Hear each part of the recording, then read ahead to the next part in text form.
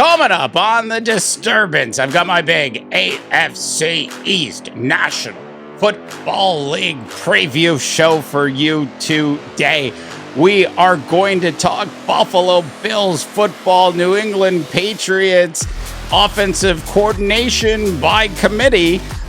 We will also cover the JETS Let's Go Jets, as the Jets fans somehow think their messiah at quarterback had a good second half to the season. I guess that's what happens when you just listen to sports radio and don't actually check out the facts. We'll get into that. Plus, really, the most intriguing story of them all is the Miami Dolphins organization, who Stephen Ross, the owner's motto last year, must have been, "Hey, Brian Flores, just to lose, baby." We're going to cover that, plus the addition of Tyreek Hill to this particular Dolphins football team. Hey, let me just ask you a quick question. Do you think it's going to be 3 or 5 games before Tyreek Hill starts wishing he was back on the Kansas City Chiefs? I've got that plus a whole lot more coming up on the big show today. Live and on tape from the heart of Silicon Valley, this is The Disturbance, hosted by Dave Daba. Now to the host, who can't stop ripping on players, coaches, and unbelievably bad front office management, Dave Daba. It is super late night on Monday, August 8th of the year 2022. I'm Dave Daba, and thanks so much for tuning into The Disturbance today. All right, AFC East National Football League preview show for you. We'll get into the Buffalo Bills in just a little bit. And I just will say this super quick, spoiler alert, they're going to win this division. We'll talk about the New England Patriots and all of the silliness that's going on with the offensive coordinator by committee in New England in just a little bit. We'll get into the JETS Let's Go Jets in a little while as well. But first, we're going to start with the Miami Dolphins. Now, if ever there was an organization in the National Football League that in the last 24 months can best be described as Jekyll and Hyde, this is that organization. Just think about this for a second. Now, if you're a business owner and your owner comes to you and says, we want to just lose for the next 12 months so that we can win in the following year, and we'll make some moves during the summer months to make things better for our company, but let's plan on purposely losing for the next 12 months. Oh, and by the way, if you as the CEO of this alleged company can actually lose at the rate I'm looking you to lose at, I'll pay an extra $100K a month.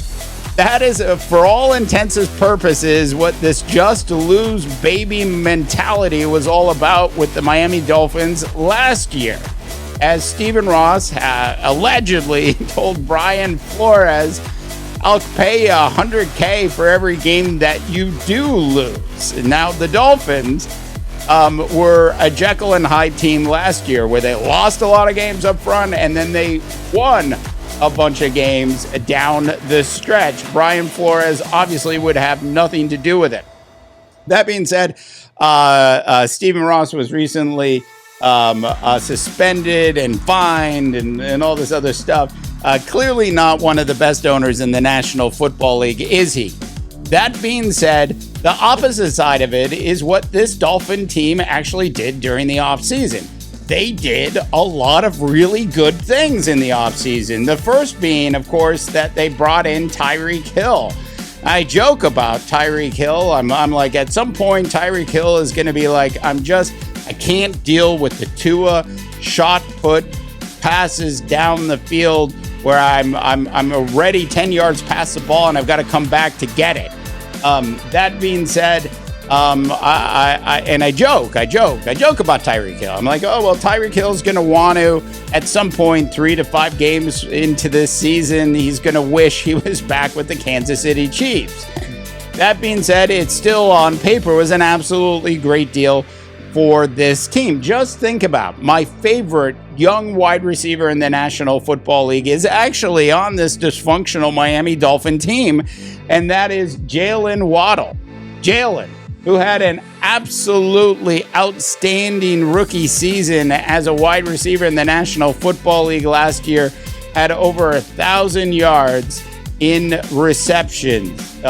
So it just a tale of two different things happened with this football team. Then they bring in the Mad Genius. Now, for those of you that are unaware of who the Mad Genius is, now I'm based here in the Silicon Valley, and some of the best San Francisco 49er press conferences were actually done by the Mad Genius, and that is Mike McDaniel, who is the new head coach of this Miami Dolphins team. Trust me, go looking for those videos. They are worth watching. You will not in any way be disappointed if you find them. Look, they also made some good moves on the running back position. They brought in Chase Edmonds, and they brought in a fantastic left tackle in Teron Armstead, and they paid Teron a ton of dollars, $75 million to be specific, to improve and to do a better job of protecting Tua in this upcoming season. Look, will all of this work? Will all of this sort of come together? My theory on the National Football League is pretty simple, which is if the Cincinnati Bengals, this is my recent theory, if the Cincinnati Bengals can come out of nowhere and make it to a Super Bowl, there's no reason this Miami Dolphin team can't do the same, except for the fact that I was completely wrong about Tua. I hope that I'm wrong about Tua again, because I really like the kid. He just got married in a secret wedding in the offseason, which is always a sign that usually means one thing. That being said, Tua is like one of these guys I really root for. I want to see Tua do well, but what I've seen from a mechanical standpoint, what I've seen from him from a decision-making standpoint is less about his decision-making. It's more about his mechanics, which really means it's about his actual capabilities as a quarterback from a physical standpoint to be successful in the National Football League at the level I thought he was going to be successful at. That being said, that's the big difference, if you will, from a personnel perspective. If you look at the Cincinnati Bengals from 12 months ago, and you look at this Miami Dolphin team today.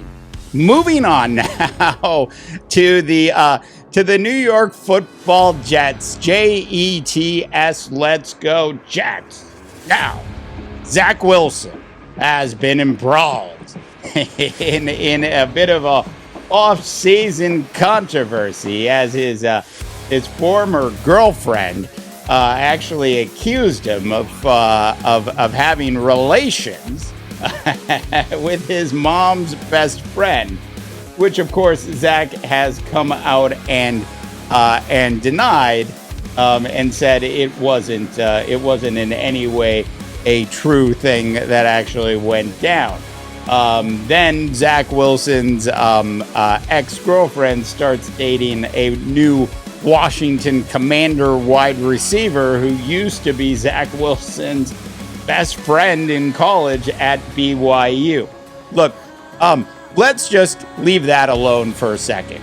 And let's just talk about Robert Saleh, the head coach of this Jets team, and whether or not the Jets have enough to pull things together. Now, they had, by far, the best draft in the National Football League. Literally, the Sauce Garden pick on its own would have given them a top 10 National Football League draft. But because your Sauce is so good that you're really Yeah, and I know he's a rookie, and I know I'm playing this kid up, but he is that good. They got him in the first round with the 4th pick. He is a shutdown cornerback, and literally a shutdown cornerback. When coaches who were interviewed about Sauce's performance in college had a chance to talk about him anonymously, 4 out of 5 of those coaches actually said they just didn't even bother. That's how good Sauce is. They also picked up Garrett Wilson, the wide receiver out of Ohio State. There were 3 wide receivers on this Ohio State football team that were absolutely fantastic last year. This was one of them. And then Breece Hall at running back out of Ohio State as well.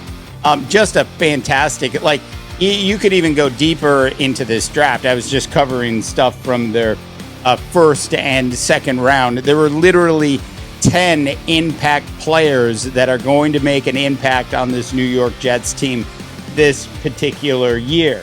So the question is are all of these players, outside of Sauce Gardner, going to get up to speed fast enough for this New York Jets team to not end up in a world where they only win 5 or 6 games in this upcoming season? That is the big question. And I would say this: if you do what I suggested and you go look at Zack Wilson's statistics from the first half of the season, and then he was hurt, so he was out, and then he came back in and he played in the in another 5 games after that. If you go look at those stats, you are not going to be impressed at all. You're going to wonder, how are all of these people in North America actually talking about Zack Wilson as the second coming of this great quarterback in New York?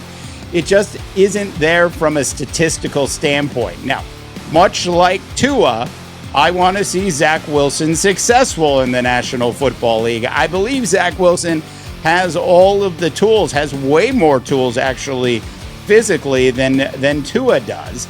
So it'll be interesting to see if they figure out how to make Zack Wilson successful in the National Football League. But you're not going to get it done, Zach.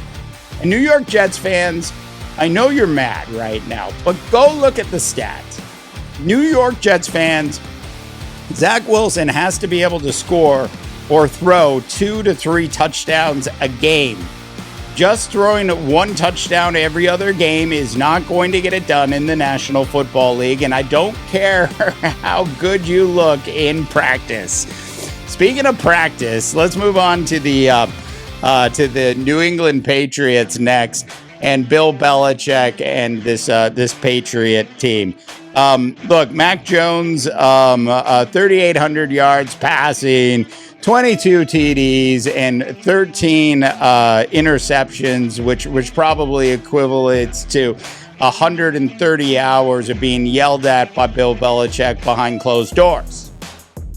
So Mac Jones might not pass for more yards in this upcoming season, but he needs to cut down on the mistakes. And if he can do that, then the Patriots will have a shot at least making it to the playoffs once again in this upcoming season, which is really where Bill Belichick is at this stage of his career. Look, they brought in Devontae Parker, who 3 years ago had a 1,000 yards receiving for the Miami Dolphins, and they're paying him a significant amount of money, and a couple other minor moves in the offseason. But most of the moves that this Patriot team made were made through the draft. Tyquan Thornton ran a 4.28 40 in the combine. Now, that is blazing fast.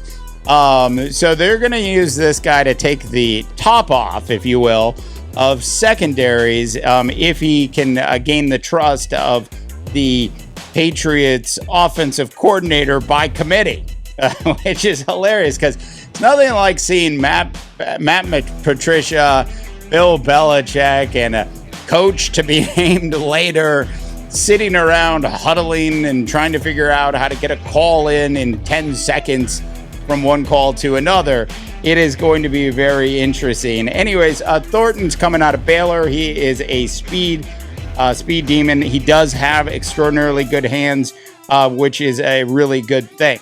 One other notable move that they made on the offensive side of the ball in the draft was Pierre Strong Jr., the running back out of South Dakota State.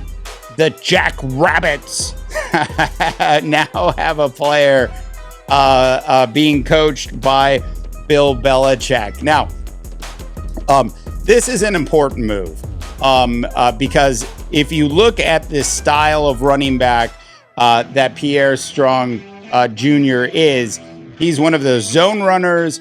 He's very good at that first cut, and then he goes forward. So he'll make a lot of really good decisions. If he doesn't have any fumbleitis throughout this season, he is going to make a real impact on this Patriot offense at some point in the upcoming National Football League season. Now, I teased this out a little bit earlier when we were talking about the Patriots in the opening, and that they did make some they did take some steps back, and they didn't sign Asante Samuel. They let him go, and they didn't sign J.C. Jackson, and they let Kyle Van Noy go as well. Both of those players are now with the Los Angeles Chargers. So that was interesting to see the Patriots do that. Now, of course, we know historically that they are very selective in where they actually spend money. So that was the reason on both of those particular deals.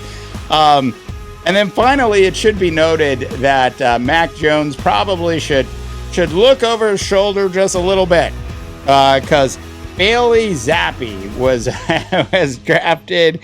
He's a 6-foot, 250-pound quarterback out of the powerhouse that is Western Kentucky.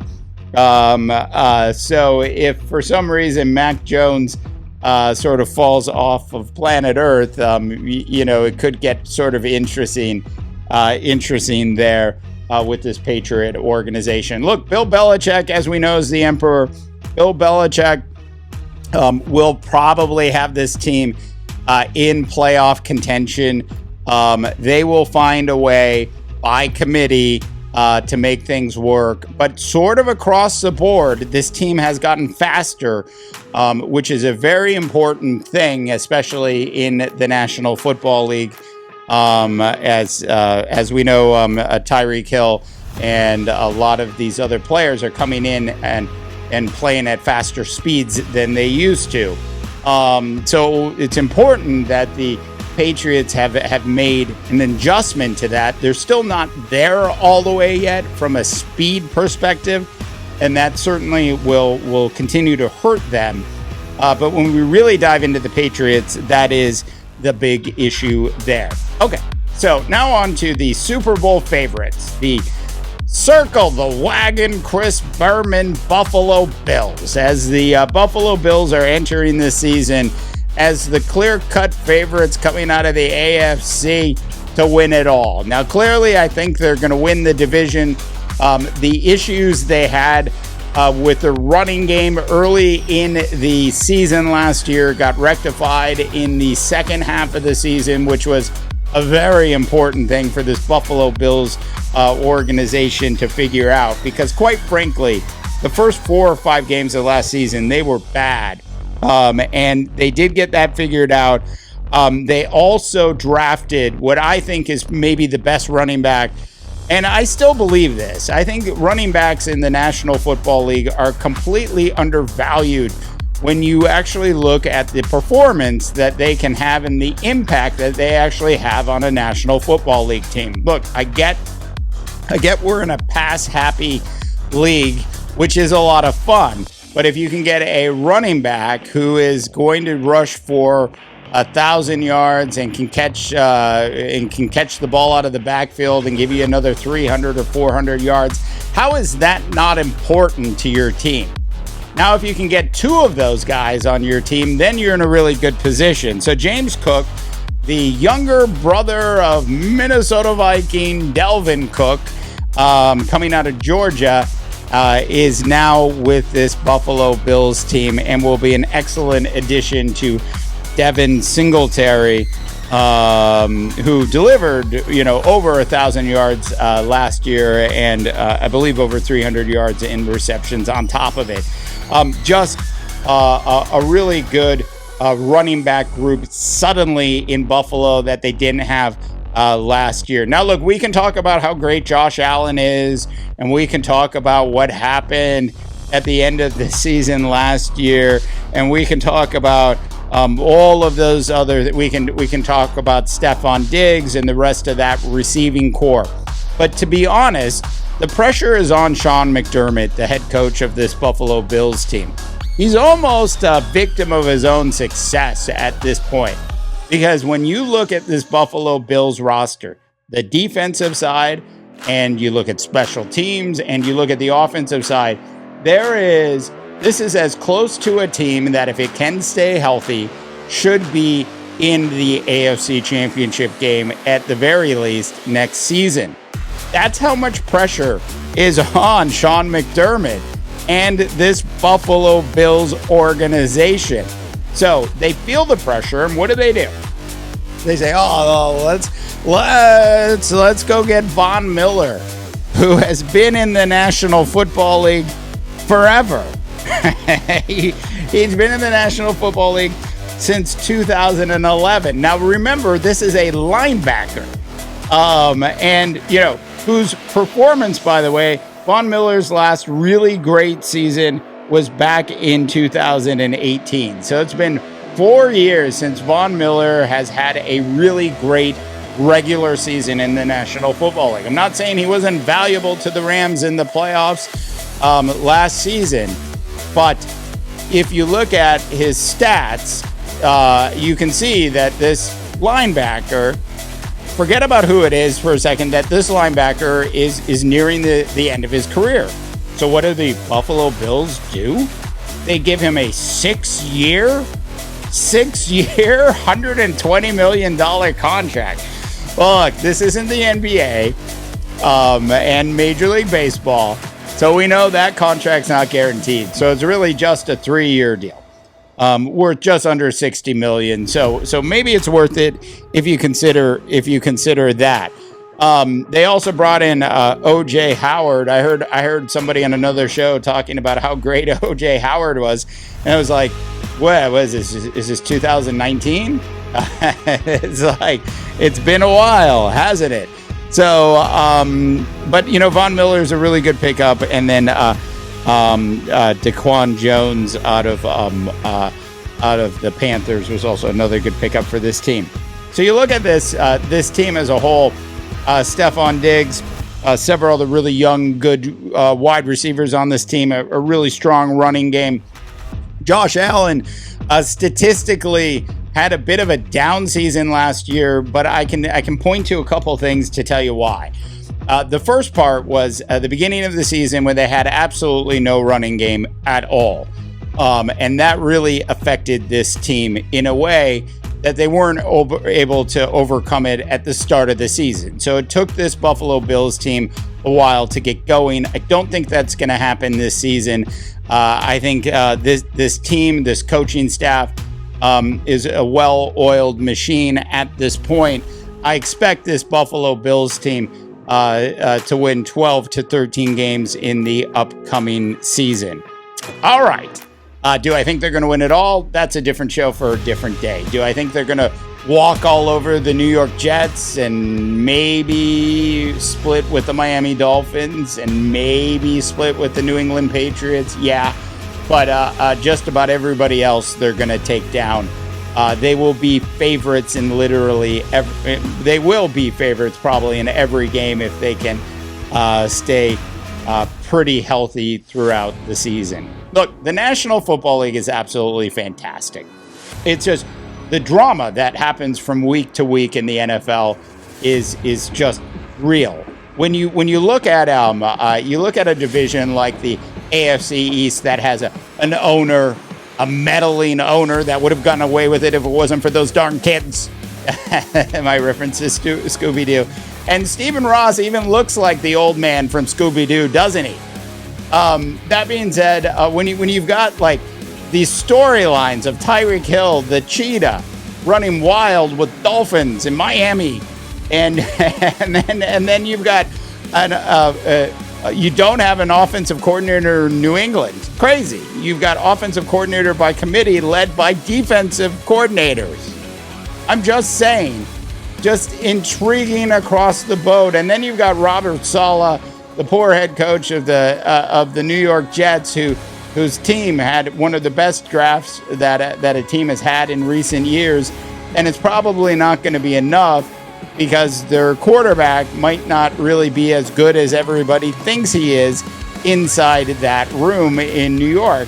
And then you've got the Buffalo Bills, who are the clear-cut favorites, right? And if something goes wrong with that running game early in the season, they could once again get off to a sluggish start, though I doubt it.